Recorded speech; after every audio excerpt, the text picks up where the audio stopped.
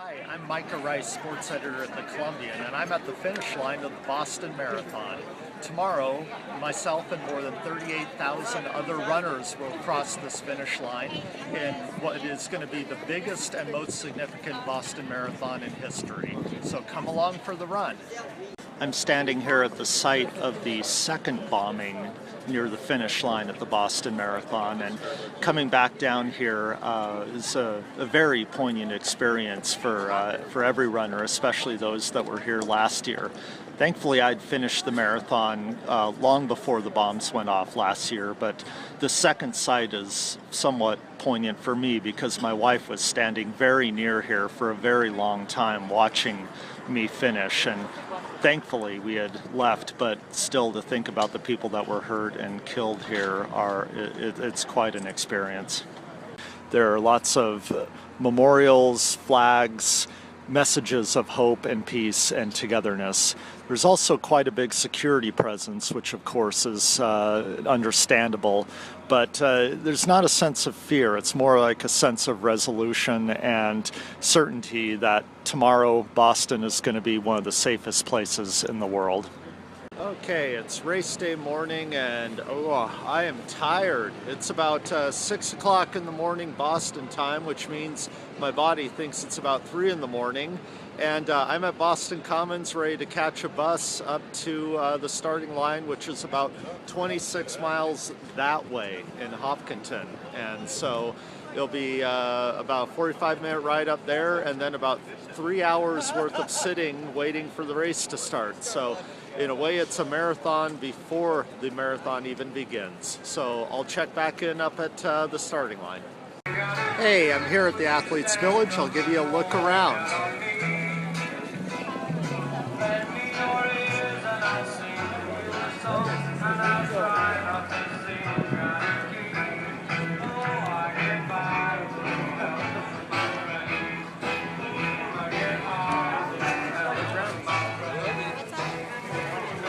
As you can see, it's already pretty crowded, and it's still 3 hours till the race. So I'm going to settle in and try to keep my feet up and keep one of these things behind me close by.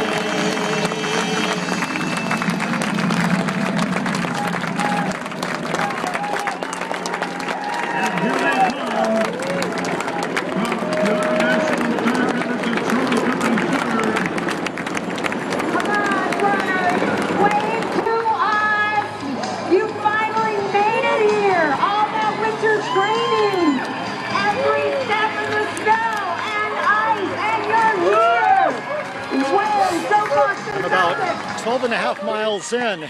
You hear that? This is one of the most fun parts of the whole course.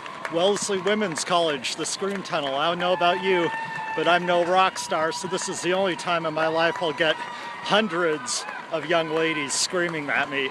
Come on, I'll show you what it's like.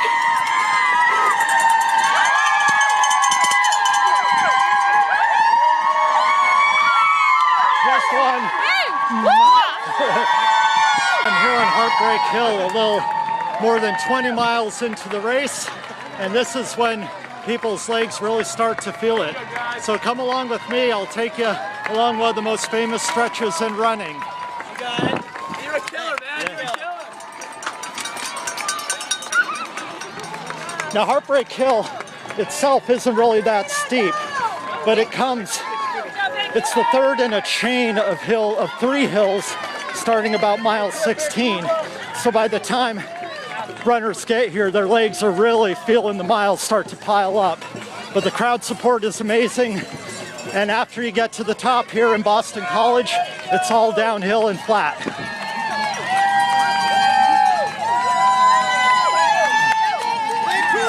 Yeah.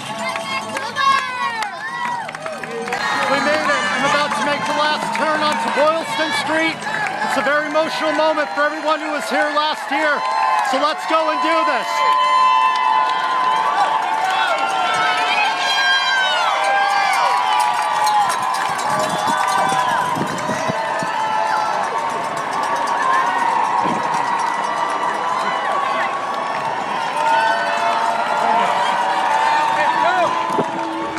You're the 50, Kilo Connor.